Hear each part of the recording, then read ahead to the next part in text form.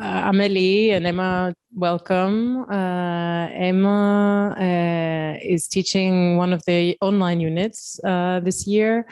And they're looking into very interesting aspects of urban biology. I'll use my kind of own makeshift term. And she proposed and kind of public program by Ameli Klein. Am I pronouncing it well? In order to supplement the agenda of her unit and also kind of reach out to the rest of the summer school. So join me in welcoming Emma Kaufman-Laduc, who's going to in her turn introduce Ameli. Yes. Thank you. Is not amplifying. So okay, yes. Speak up is to speak to people. I'll try my best. I tend to have a quiet voice, so yeah. Thank you for that. And thanks for everyone who's here today, online and in person. I'm excited to, in turn, introduce Ameli Klein, a writer, curator, and co-founder of Collective Rewilding, which is an international curatorial working group founded in 2019. And Ameli is currently visiting lecturer at the Technical University Graz and the Dutch Art Institute, Roaming Academy, as well as a fellow at the Engagement Program for International Curators with Terra Foundation and Art Fund, and a participant in the Anthropocene Campus Venice by the Max Planck Institute and the House of World Cultures, HKV. And her ongoing practice, Collective Rewilding, which for the most part is what brought us together, works with histories of resistance, knowledge exchange, and networks of artistic solidarity against colonial and anthropocentric structures of power. So here, rewilding constitutes a methodology for curatorial and artistic practice that helps situate us vis-a-vis each other than human beings, and our multiple yet disparate emergent social concerns. And in the context of our unit, Urban Landscapes, we also similarly look to handle the Anthropocene as more than just an abstract concept, but is very present in the fabric of our city, or our respective cities in this case. We have 12 cities over the globe that we're looking at, specifically to sites at the intersection of the human and the non-human. And incorporating the methodologies that collective rewilding poses is an opportunity to interact with the landscape in a sensible way, and furthermore towards a new togetherness. So I will hand it over to Ameli. Thank you for being here. Thank you so much for having me. I'm really sad I can't be there in person. I really love the lunchtime format. I hope you all brought really nice food, and I'm just gonna join you from afar, sadly just in 2D. But yeah, thank you so much, Emma, for inviting me. Thank you so much for having me. I feel a little bit bad talking about food and agricultural politics while you're all eating. I feel like I hope that won't ruin lunch for you. And nevertheless, I think I'm going to keep it light enough that we can all enjoy it. Please do feel free to interrupt me with any questions.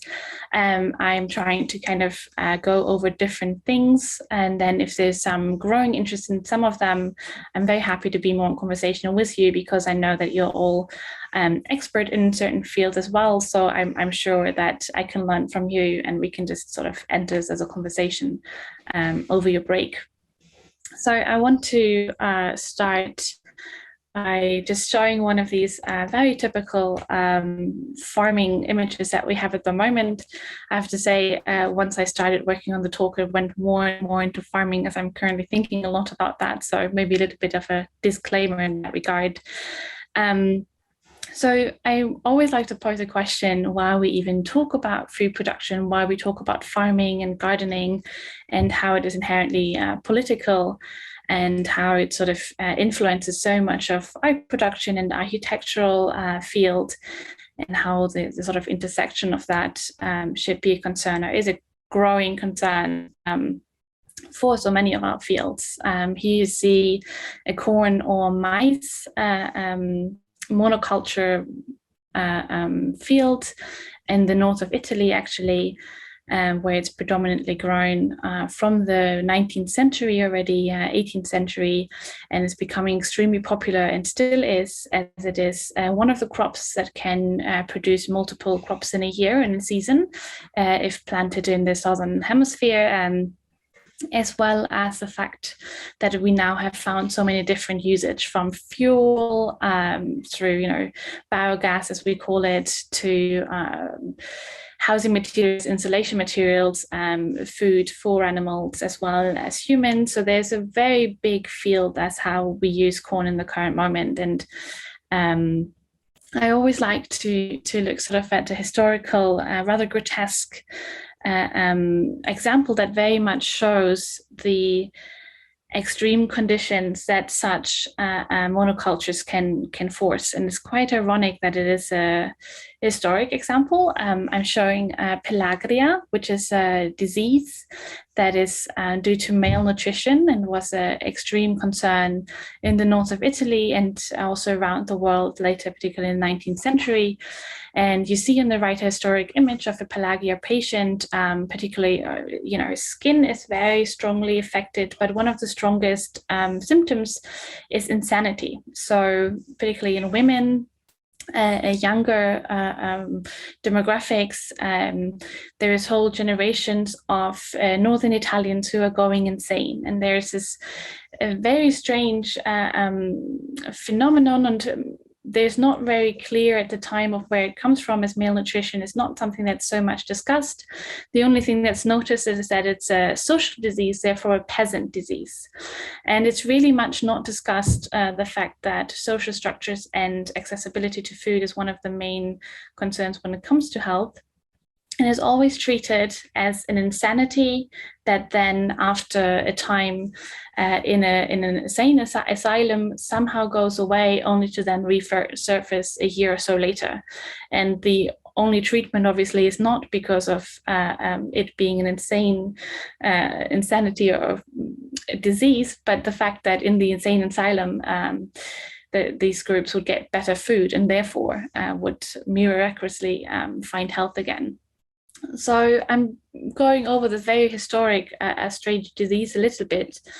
He is also one of the very rare sort of depiction of it in fine arts, talking as well, quite ironically, about a food disease concerning to bread, when it's actually absolutely due to the fact that peasants at the time were predominantly eating corn or maize, and had very little access to other food due to their social standing. And it's becoming really interesting to me when looking at the disease being spread further. Here, for example, in the US, where we see cases, and it's really interesting to consider where these cases surface within an American context, when we then look just a little bit later, when we come to the so-called food deserts.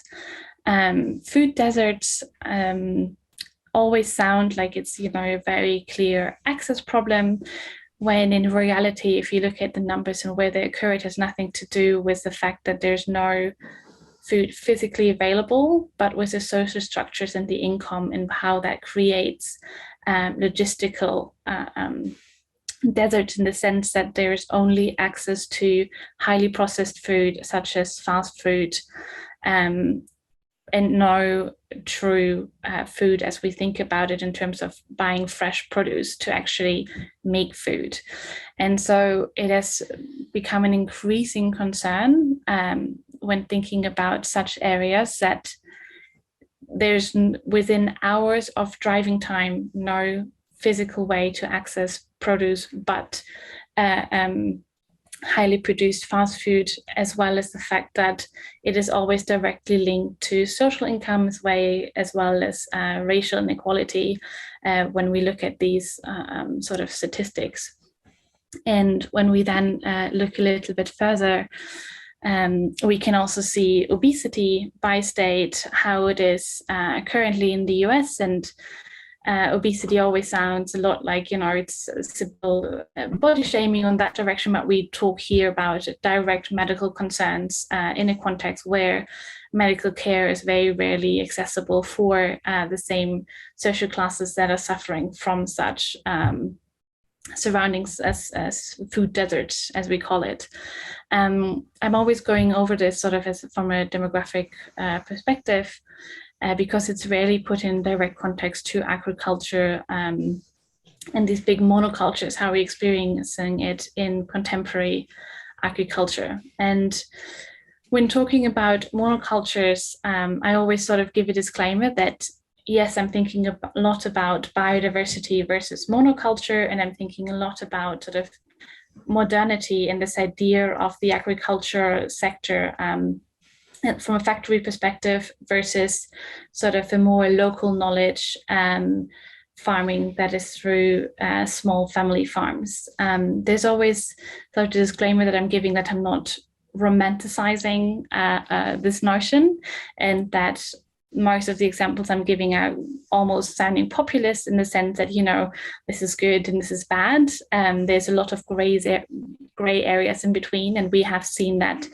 having agriculture that strongly uses fertilizers and things like that certainly are problematic, but also have helped with growing concerns on a worldwide scale of food demand.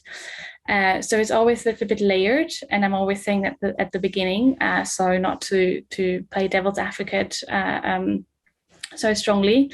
However, when we talk about sort of worldwide trends and the general sort of extreme direction that farming is having at the moment, there has to be a pushback. And so I'm always going over these more left resistance ideas of farming and of independence through that. So that being said, it is almost impossible to talk about industrial sized farmings. Here's one of the images from the US, from the Midwest as well, just to show you the extreme of monocultures that we're currently experiencing and the physical strains that it puts on soil and on human life as well surrounding it, and how we currently can't talk about sort of this development of agrotechnology without talking about Israel in a sense. Israel is the largest export of agrotechnology or agriculture technology. In the last year alone, there have been over 10 startups that look into more devices to sort of streamline production within a farming sector. This is an alg farm, which sounds slightly absurd when thinking about the location of this. Is close to the desert, and within the tubes they're growing algae, which is one of the superfoods as we're currently experiencing it. We've all seen these trends of seemingly extremely healthy foods such as chia seeds that, rise up, become sort of a trend within the health food market, similar to avocados, and the spike in these seemingly healthy, seemingly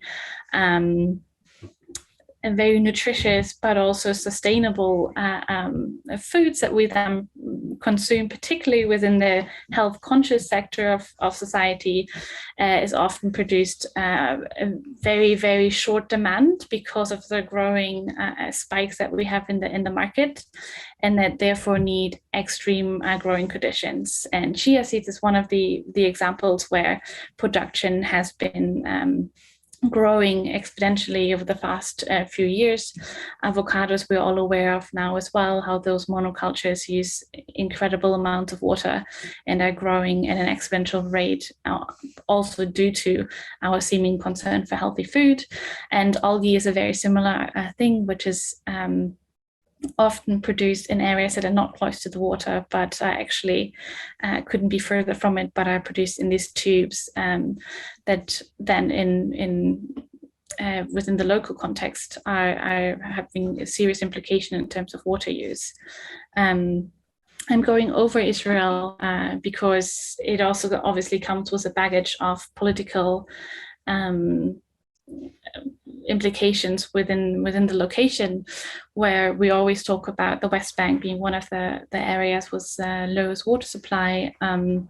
Yet when you look at the actual usage between Israel settlements and Palestine use, the discrepancy is enormous, which also has to do with Israel exporting a lot of the food that's grown, and Israel using crops that are not local.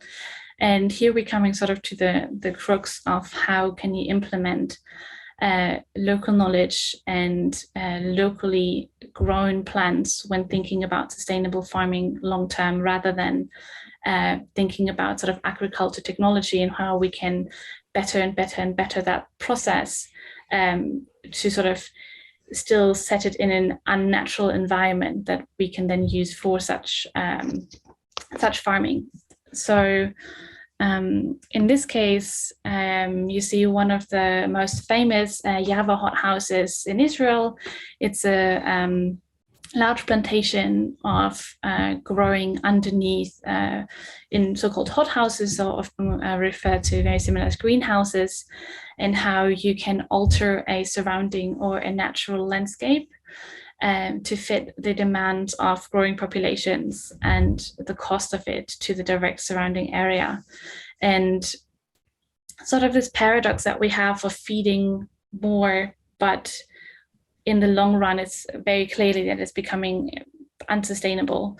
And an example sort of against it I'm going to go into a little bit more is Yom's farm. I'm just showing one of the shots with one of the quotes. Think about, and particularly the Israel-Palestine conflict, as food as one of the main frontiers to think about when talking about urban development, but as well as a settler colonial state.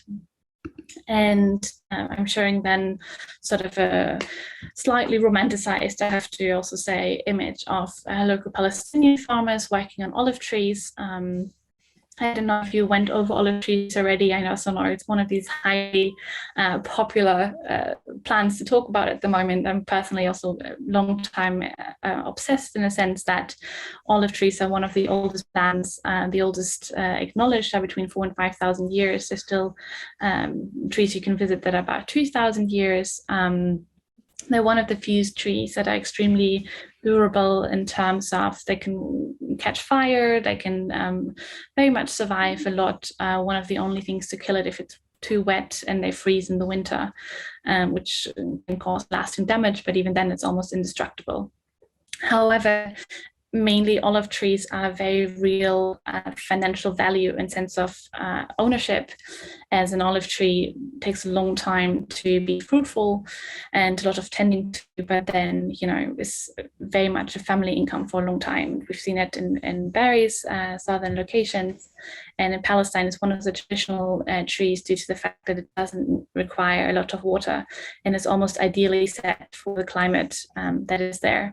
And one of the main violences or that we often see is the destruction of family olive trees to make way for plants that then need excessive water, such as vineyards, orange trees, plants that are easier to export, and that we see with Israel settlers using the land very differently and often dismantling such olive trees, because without it, it's very hard for people to keep the land in a way to live off. One of the examples I mentioned is a farm that's been active for a few years now, and it's an organically grown farm, and it's really much using this idea of farming as resistance. The moment that you are living under a strong state, access to food is a direct requirement of independence. You literally have to feed yourself, in a sense, to acknowledge or to accomplish anything else. And this is one of the sort of initial ideas of starting this organic local farm. It mainly does grow plants that have been traditionally grown in the region. It also implies the idea of every communal access, so all workers working equally and therefore get the same share of the food out of it. So there's no idea of ownership, but this very clear idea of shared labor and therefore shared access to all things of coming out of it. Another aspect here is a very clear teaching aspect, due to the fact that with displacement, there's almost a direct link to sort of knowledge being left and being lost. And it's a huge impact of colonialism when, you know, with a sense of modernity, the crops are changing and the local knowledge is lost. And now with this growing climate concerns, we're often desperately searching for plants and for things that are growing naturally and therefore don't need a lot of manual labor, as well as fertilizers, pesticides, all of these things. So the farm is also actively teaching volunteers as well as their members about farming as a way to hold land together and keep it sort of used. I have another image here as well that also shows a direct sort of neighboring to a city. So this, you know, it kind of de-romanticizes the idea of that you need beautiful land and vast land to grow things. But if, you know, you're sort of in this proactive and more resilient movement within gardening, it's very much about utilizing land that is accessible and then finding agriculture techniques that make it accessible to use that land that you're having in that moment. Let's see, yeah. And I'm taking sort of a very big jump there while staying in the same topic, but geographically, I think this is one of the most iconic images and landscapes to the gaze that we're all very familiar with and immediately think of. This is in northern Tuscany, so one of the classic vineyards when thinking about wine production. You can see sort of the rolling landscape and how it's very much pleasant to the gaze, how we're used to. It is a monoculture of wine in this instant, and then you see on the upper hill you often have olive trees as well, because they require less water than wine, as I already mentioned. We then have a very similar case in France, where the whole situation has become, I think, even more difficult than Italy, though the problematics are very similar. That in France, because the Bordeaux region, we have over 90% of the wines that we're currently drinking from that region have traces of pesticides, which is often highly discussed in the sort of segment of users or drinkers of wine, which is not so often discussed in the same context as also the local strain that such pesticides have on the regions where these wines are produced. And we see that in almost all modern wine region, there's been an increase in pesticides due to the fact that they have become complete monocultures. We often see that the vineyards themselves are not held by local parties, but have been, particularly in the last 20 years, bought by British, American, Asian, large sums of money, sort of as a status symbol, in the sense that then is very interested in mass production of such wine and has very little knowledge about the production itself, and that is often outsourced through very cheap labor in the fields, which has become increasingly problematic, as well as that the soil itself doesn't actually hold enough anymore to feed such plants, on top of climate change and the regions often being too wet. So there's a multitude of factors that we've seen in that agriculture development as well. And it's quite interesting if you look at a traditional, geographically jumping back into to Italy, when you look at traditional agriculture use, you always see a very strong mix. On the lower half of the image, you do see some grapes as well, some vineyards, and then you always see them mixed with different plants. that sort of stop certain bugs to jump from vineyard to vineyard, as well as even within the vineyard, there's plants that you can plant to make sure that certain pests won't fester. Like there's a lot of push in towards this biodiversity in the current winemaking movement that is only possible because there's sort of this re-envisioning of local knowledge and how that can be then fed into winemaking. And it's often interesting when I talk about that because there's this immediate concern of who can afford, food that is produced with so much more care or with so much more manual labor and with so much more time that is necessary. And if we look at the total numbers, it actually shifts the profit from a single owner towards communities again, because the moment that you need more specified and higher labor, it is directly related to sale. Salary rises because you have somebody who is well educated in what they're doing, rather than trying to buy as much cheap labor as possible and then having a large machines do a lot of the labor, versus sort of these slow growing processes of working with communities. So it's very interesting when thinking through these social concerns that with long-term change, you're actually raising labor and you're raising local engagement and workforce when rethinking farming. It's just that the profit margins are smaller for owners of very large farms. So it's more of a systematic change rather than putting the price tag on the consumer or the end market in a sense.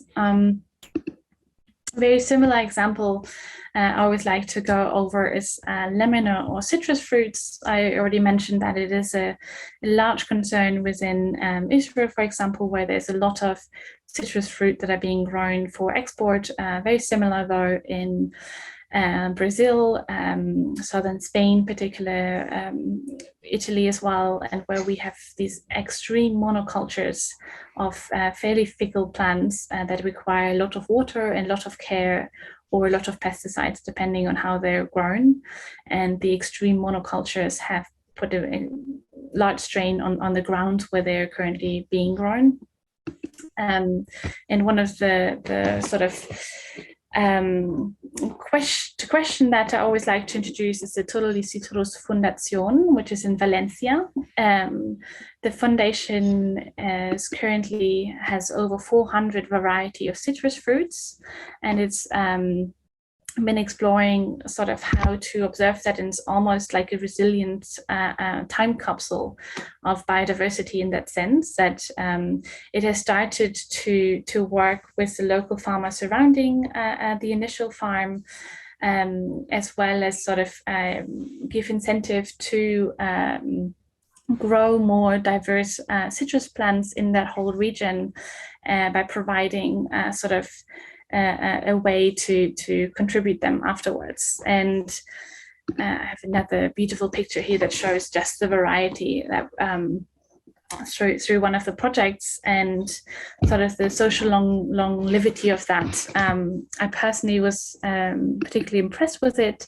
as they have worked with colleagues of mine in Venice, and the idea was that during the pandemic, when everything shut down in the culture sector, and there was a lot of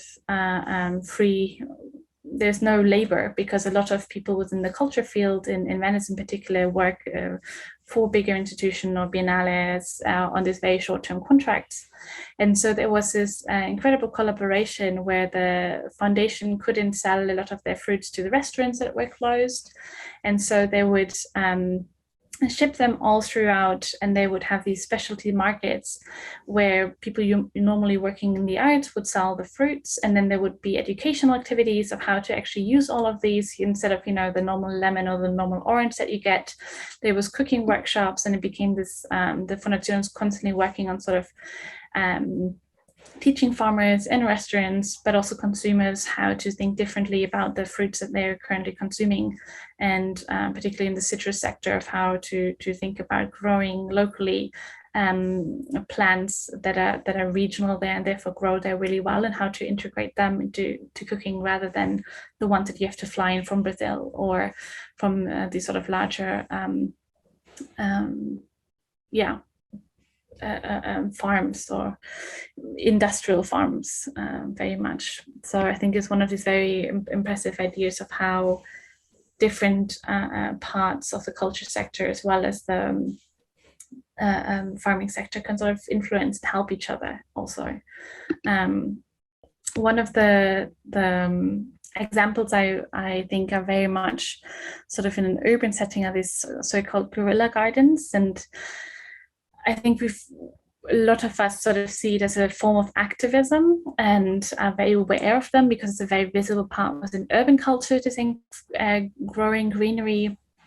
It often comes with problematic in terms of actually consuming such food. So I always talk about a little bit about the fact that if you're living in an extreme urbanized surrounding, that the very air as well as, you know, the ground that you're often using due to years and years and years of cars and public transport holds a lot of toxins and makes it fairly problematic to actually grow things that are meant for the end producer in your immediate surroundings. So it's one of the problematics of urban gardening that we're all facing, and to think about strategies to sort of subvert that. And one of the examples I'm always mentioning is a very German method of the so-called Schrebergarten, which has been very long dismissed because it, you know, comes with this connotation of the strange old sort of small-minded people spending their weekends there. But it has had an extreme rise in in recent years. I'm showing, for example, one in Cologne, which is one of the traditional ones, yet the demographic is changing a lot. And it has this, very much the idea that even if you live in a city, you can have this tiny piece of land that is directly adjacent to the city or traditionally within the city, but is large enough to not be cut through by large streets or have cars parked next to it or things like that. And to have it as a green space to go to, but also in recent years to very much become a fruit producer, in the sense that people are now using it again to grow plants that are very easily grown, because the whole idea is that you go 2 weekends a month or something like that, grow on site something that you can then take home. You might even share a plot with 2 or 3 of your friends or neighbors and sort of take care of it, and then share also the fruits of such labor.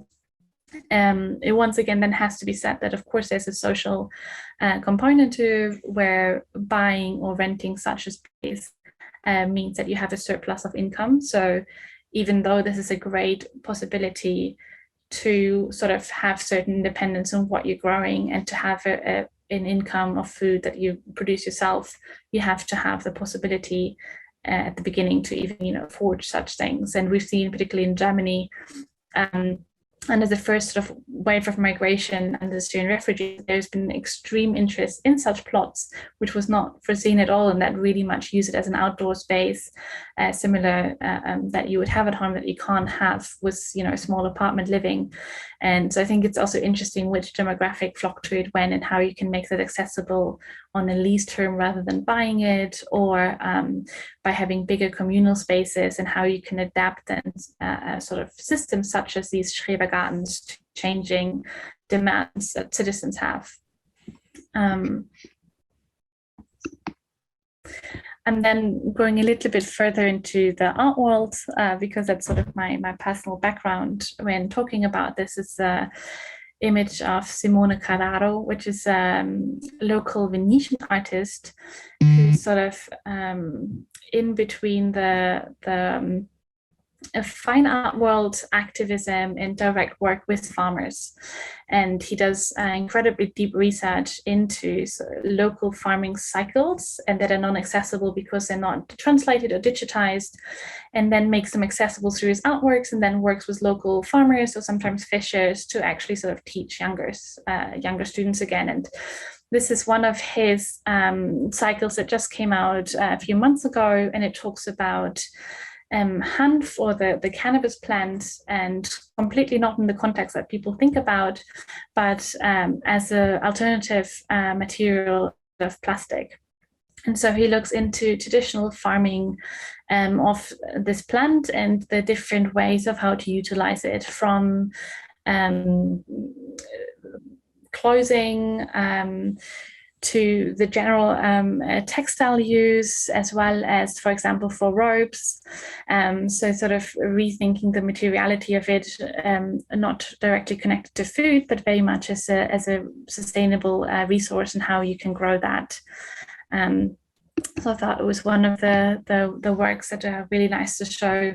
Here's this more of an activist work of his, where him and a group of others had a large mural that talks about the different use of plastic and how it resurfaces again and again in the ecosystem through sort of particular large fishing containers, and sort of how to rethink that within ecosystems, and how to filter that through natural ways.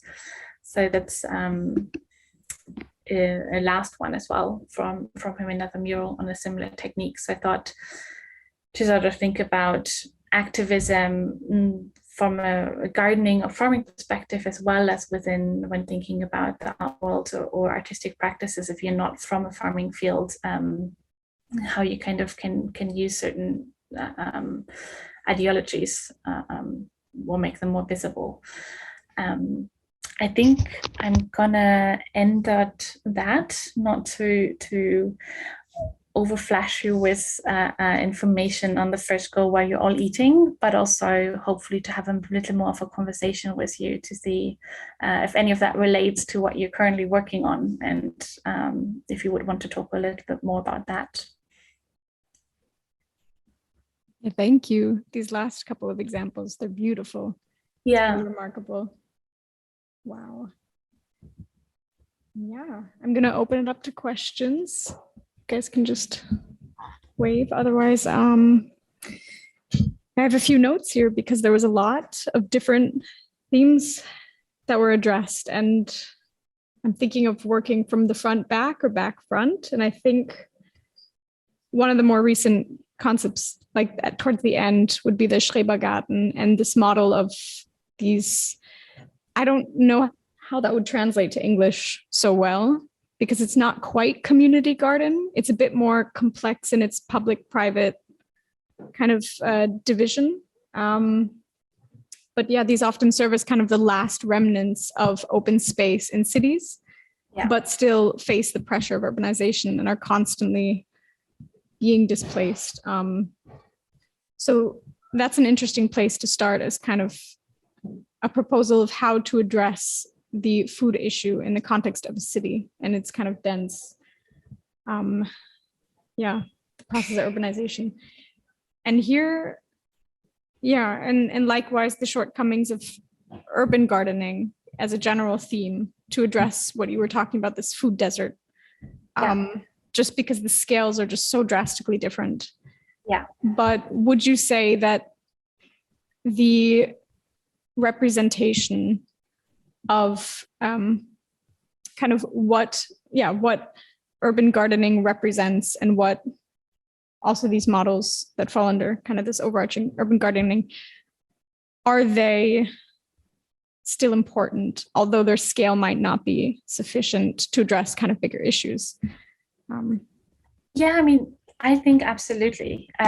Also in the sense that when we really talk about sort of malnutrition due to the fact that there's often nothing fresh on a table, when you really have to think about every cent, you tend to go towards pasta and potatoes and, all of these and then not even potatoes, but probably fries, because this is what you can get in your neighborhood. So it's very much this highly processed food that has almost non-nutritional value. And if you just add to that, if you have one communal street garden that focuses on just, growing collard greens or greens in general, that makes actually a big difference. That really much has been proven that sort of any kind of addition to food palette is often so sparse is, obviously beneficial. And then often it's not, when we talk about food deserts, it's not always urban, but quite often also a rural problem, where it's, these very large farms that are in industrial farming, and there's no sort of, you can live in an area that's surrounded by farms and not have any access to fresh food, and that's this absolute paradox. So if you think about redistribution, or using parts of the land that's sort of on the outskirts of cities, that's not that hard, that sense to fix, and it doesn't always have to come with land ownership, because I think that's one of the fears where people think sort of communal gardens or urban gardening or sort of outsourced gardens close to cities always has to mean that somebody has to give up the land that's been used. Yeah. And we see that, cities have we have such a big problem with the rise of costs of plots of land in terms of housing, but also farming. But that quite often, if there's a communal effort, it's not non-affordable. And if it's particularly coming sort of from the city itself in reclaiming lands that have been given building rights or not, a lot of it is zoning areas or zoning questions of land that's not been used and that could be used. However, one of the things I always say is that there has to be sort of a short analysis of the ground before, because that has happened where, we had a power plant somewhere and then people use it for greening. That's fantastic as an idea and maybe even as a symbol, but then, what you consume, just because it's homegrown, you still have to double check. And I think that's often not the case. There's this inherent thing of, if I grow something, it's healthy. Yes, this is huge. Yeah. Thinking of contamination in the urban context. Yeah. Particularly with, from water to food that you consume. Huge. Yeah. No, and I definitely also was thinking how well kind of this revival in foraging folds into this idea and about every kind of leaf counts when it comes to food deserts and inaccessibility to kind of fresh vegetables and such, and how there's also been a recent revival in awareness and the knowledge of traditional foraging practice. I think is also very related in some way or another. The plants that we sort of deem worth consuming, and one of my favorite examples is the nettle, which is literally grows everywhere. Sure, it's a stinging nettle. It's not the nicest if you eat it raw, but you can dry it or just put hot water over it very briefly, and it tastes fantastic. You can make tea, you can put it in pasta fillings, you can make salads, you can eat it as spinach. It has an incredible variety of usage. It grows almost everywhere. You would never buy it in the supermarket because it doesn't look accessible, but from its nutrition value, it's a lot higher than, iceberg lettuce, which is one of the main salads that we eat, and that has very little nutritionist value. So it's also the question of rethinking this hierarchy of plants and what is edible and what not, because most of plants is edible, particularly if you look into your direct surrounding, because usually it's adapted to that. So Yeah, and even if they're accessible, they might not be necessarily visible. Yes. And I think that's huge. But in terms of urban gardening, accessibility and visibility, I feel is often tied to then what we were discussing with zoning and urban planning is the proximity to the city and kind of city life itself. And maybe just an open question of how the role of proximity, how important is that? How much weight does it kind of carry? Especially for us as designers and architects and urbanists, etc. This is a big question. No, I mean, we see that so much now, even with rethinking sort of farmers market, who had an absolute renaissance in recent years, from an urban planning perspective as well as a consumer perspective, the importance of them, how it's recognized. And it's very clear that we have come so used to the one-stop shopping where you go to one supermarket and has everything. Unless it kind of slaps the consumer in the face, it's very hard to get people to stop somewhere. And it's very similar with these urban gardens. It has to be accessible. It has to be close enough that after work you can go for an hour. You know, if you go on a Saturday, you don't spend all day there, because if you hold down a job and you might have a child, and you know, you also have to think about the realities of that there is labor going into these things. Yeah. So that's the two forces working against each other, where you have to have it in a part of the city that's green enough to not be next to a big street, or you know, a sewage plant, or even a train track, to have you know, extreme toxins on it. But it also has to be close enough to the city that it's accessible. People don't have to take a car or 3 different trains to get there. So it's 2 different forces sort of working against each other. Yeah. And it's one of the problems with a lot of these hanging gardens that look so beautiful in images.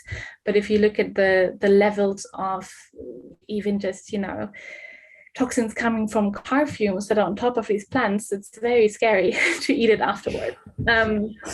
So I think that's easiest would be something where it is already surrounded by something such as an extremely residential neighborhood. And then if there's a space there, to think of that as an urban garden, and if there's, you know, because then there's doesn't tend to be an industrial area surrounding it.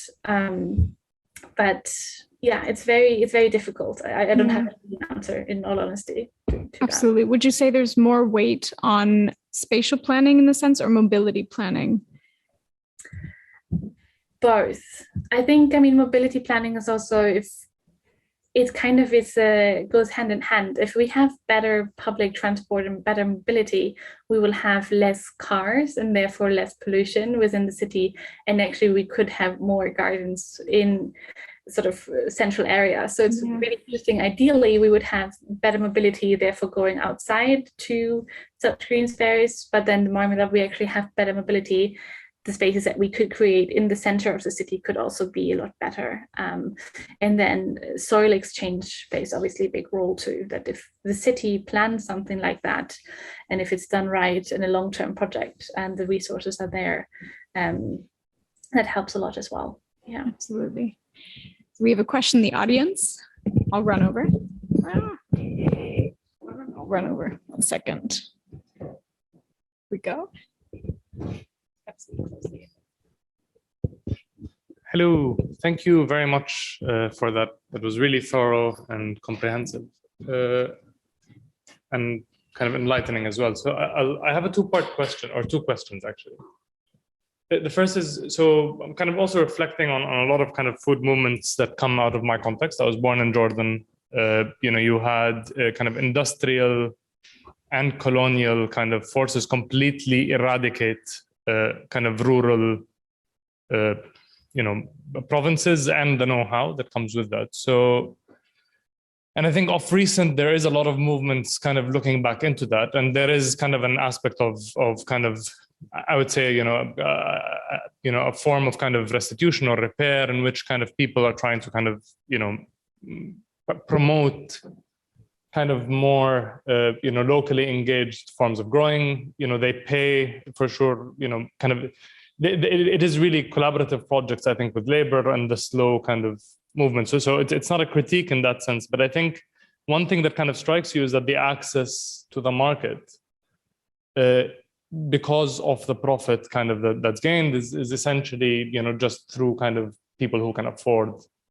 And I think in that context, essentially, you know, that's maybe 1% of the population. And I think so there is a challenge there in the sense of, and I wonder, this is kind of, you know, we're still early days, and I wonder if you have kind of models that are projected into the future and kind of seeing what happens in 50 years. Is this actually, does it really seep out, or do they remain kind of closed off is one question. I know it's quite general, but and I think on the other point is, you know, I just wonder if you have any kind of notes on trade. I understand kind of globalization can become a very kind of devastating force, but is there, you know, models of trade that essentially can, you know, have proven, you know, effective in that sense? And is that something you've kind of come across in your research at any point? Yeah, I think that's sort of the question to ask, and it depends on coming to your first question. It depends on the starting point so much. Where we have, for example, in Italy, yes, there has been a large influx of foreign money, and therefore a lot of the land is sort of now more part of the industrial farming and all of that happening. But then you have, for example, in Monte Amiata, which is a sort of western part of Tuscany next to Maremma, there's a small community, for example, who has traditionally was not as desirable because it is impossible to access part of the mountain with large machinery. So it was non-desirable for industrialized farming. And it's really interesting because all of them have farms small enough to be manageable by, one or two families. And you have sort of this complete independence where the life standard can't go up. There's nowhere to raise profits, but there's also not sort of a falling down of the life standard. You have a very sort of, stable income because you own the land, and there's sort of a very clear starting point where you just don't have to put in this initial energy of how you get started. And then because of the structures already set up, you have, communal oil mills where you can bring the olive oil, and then you get as much % back as you bring in, and all of these infrastructure and structures is in place. And therefore it is not a financial risk to continue sort of that kind of traditional romanticized farming, because the structure is kind of working. If we talk about areas such, particularly on the West Bank, where it's often, you have to first have the means to get land back or to even keep land, there's a different financial strain. And then if you want to enlarge in your plot to a size again, where it's actually profitable in terms of that you or the other 10 people working the land can live off it, you need some land. And the curve of even starting rethinking like that always means that you have to have external financial means. There's no way of starting something like this without having that. And then it's very valid what you said, you have to have the financial means to buy produce that comes from such slow farming.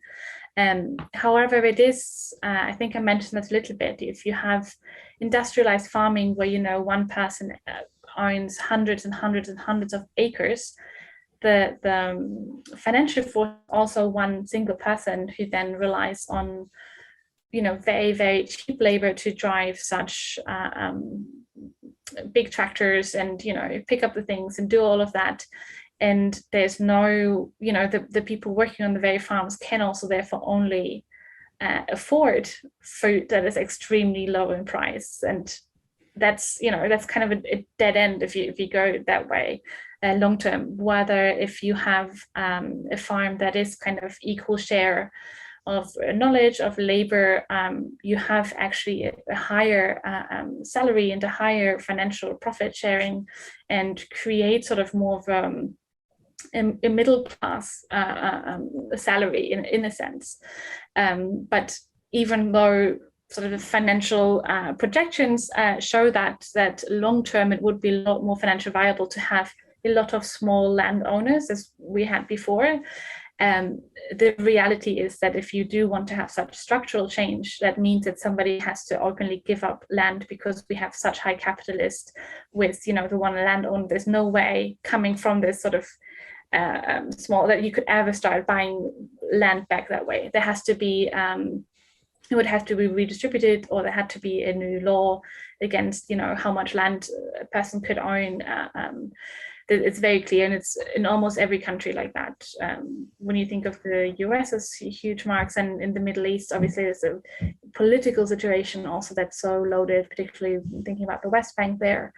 So it depends on the area that you look at, but in general, from a theoretical perspective, it would be financially viable in the sense to have these small farm complexes to do local grown food.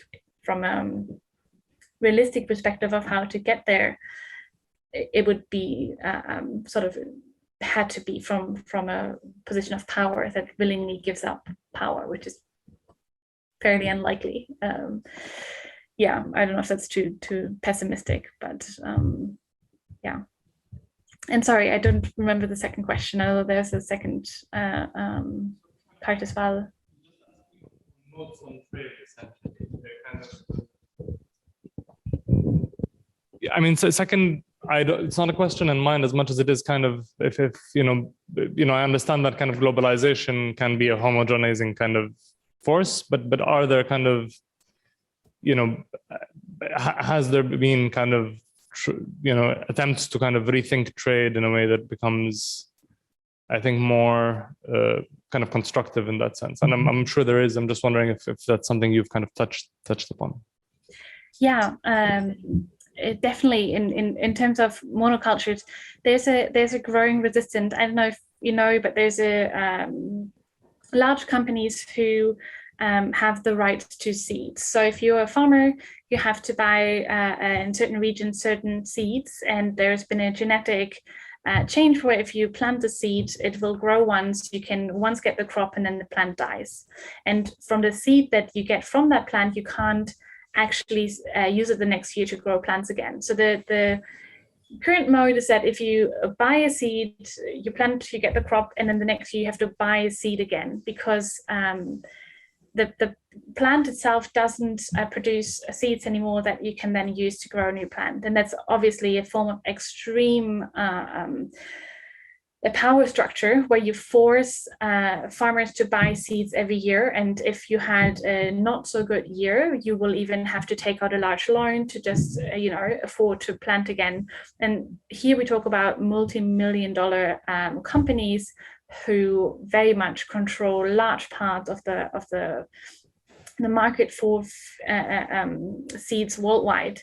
And that is one of the things that I think has had grown resistance, because it makes absolutely no sense except for to keep people in direct power structure where they can't ever break out of it. And so there has been recent cases a lot where people persist on using sort of non-genetic seeding material that they can plant and then get a crop off and then replant the next season again.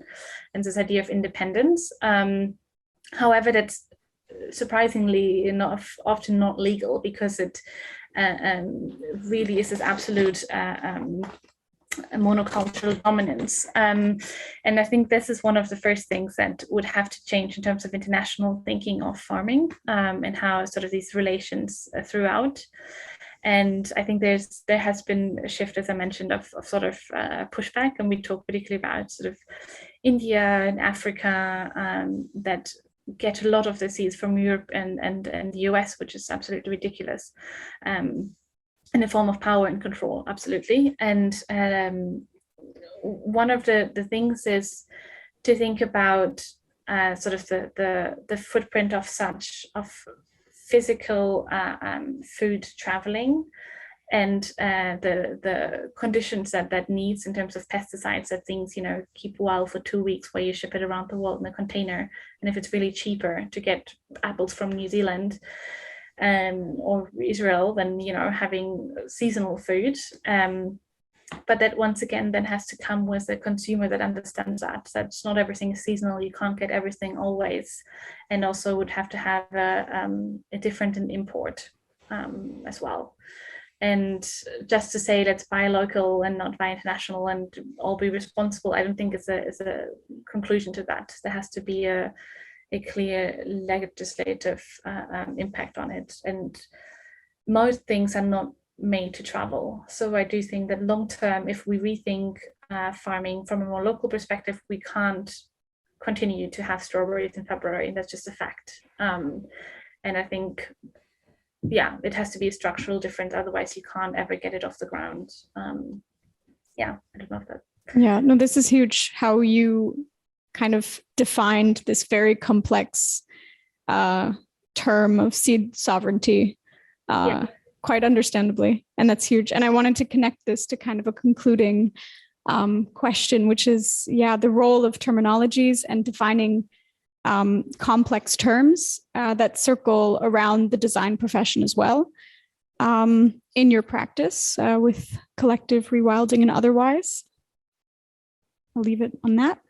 I mean, thank you for bringing that up. I have to say, I collective rewilding fell a little bit short in this conversation, but I think it was also one of the thoughts that we were having, how much we're all part of this echo chamber, where you have to have an extreme high level of English to even participate. And, you know, it's all three of us are non-native speakers, and it's quite ironic how so many of us are interested in, you know, disrupting these power structures, while even participating in conversations is so extremely exclusive into where they're held and the level of language that are used for it. And so we started this sort of term post where we would just, you know, introduce terms that are often taken for granted within the people that you talk with, and nobody even dares to question it, because you would immediately showcase that you have that you don't know everything, where nobody knows everything. You know, I think it's quite problematic how we all this seeming knowledge level. And I think one of the first one we used was even the Anthropocene, and because it becomes such an absolute hip word to be thrown around anywhere, that actually has so many different levels to it. It's quite problematic in a sense, because it does focus the human sort of so much again, yet, you know, it's also very useful as a terminology. And we just went through different explanations of the context of it from TJ Demos and so on. And I think we had this clear understanding that you even have to first define the terms that you're using or introduce them, because you can't just expect everybody to always follow otherwise, and it's quite an exclusive conversation to be held that's so Western centric, because so much of it is always in English, and it's a given that, you know, you have to somehow, to participate in the conversation, you have to even speak that language. And I think it's one of these problematics of how do you address it long term. And I imagine you have the same now with the summer school, where people come from everywhere. How do you bridge? Yeah, it's huge. One more question. Go for it. I don't know if it's a good question, but no, but all these issues in the end, they're kind of linked also to, like, I guess, the cost of things or money. Because I mean, if you have a farm, you need to, there's also, you were talking about, when answering Halet's question, you were talking about, you know, how there are big landowners and they wouldn't give up on break up their land. But also, I mean, in France, for example, where I come from, people just don't want to be farmers because you're in such a like low living. Well, it's a difficult job. I mean, also because of the pressure of big organizations that lower prices. Yeah. But I mean, my question basically is also just, do you think that people should just be ready to spend more money on food? At the moment in France, it's what, well, depends on inflation, maybe 14% of the average income. I mean, so does it mean that, I mean, I know that in countries where maybe situations are more difficult, people spend like up to like 50% or more of their income on food. So there's a huge gap or margin. So, I mean, because it's like maybe one of the most essential things maybe to change in the world. So do you think people should sacrifice basically comfort or entertainment or other things to be able to change the system? I don't know. No, I mean, absolutely. I grew up like in northern Germany, which is one of the farming areas of Germany, and where, you know, I had all the kids in my high school class who couldn't, you know, go away ever for holidays because a cow doesn't care if it's Christmas or not. You know, you're going to wake up every morning at 4, and there's this very real aspect to it where farming is extremely hard. And I feel like we have reached a point of comfortable living, particularly within Europe or the Western world, where we are so used to such a high standard that food is something that we just take for granted. And I don't think that long term is sustainable, and that it's possible to uphold that, because it's only possible to have that in that part of the world because we are actively using resources, you know, from the rest of the world. There's a direct balance where we have such a surplus monetarily as well as, direct food and things like that, that allows us to have this living standard. At the same time, I'm a hypocrite. I work in the arts. This is the most, this is the first area that will probably be obsolete in a moment of crisis.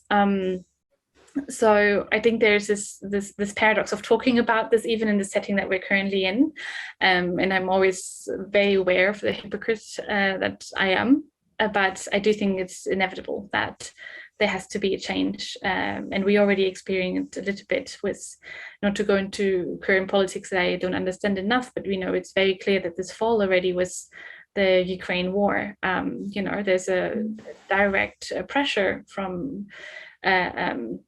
that will lead to a shortage of grains, and that will then lead to, particularly the poorest of the world first hitting it, but also Europe will be hit eventually, I think.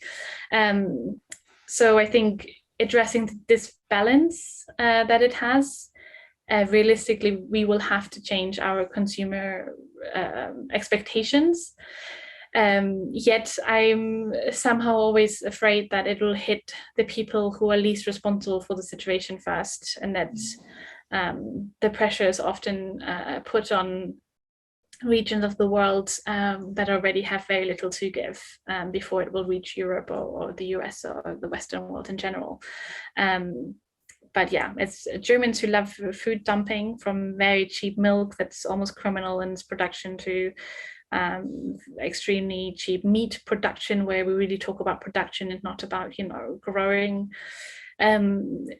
There has to be a change in that, because it's not sustainable, and it's also, we should be better. I really think, I didn't even touch upon non-human agency, but when we think about meat production in Germany, where I know the most about it, it's a travesty and an embarrassment, and yeah, can very much not be justified anymore. But that's a more is more culture that we live in, and I think that has to be rethought on a lot of different levels. Yeah, I don't know. Yeah, absolutely. There's a lot of work to be done. Yeah. Yeah, cultural work as well. So from our side of things. Yeah. But I want to thank you so much for the amazing presentation.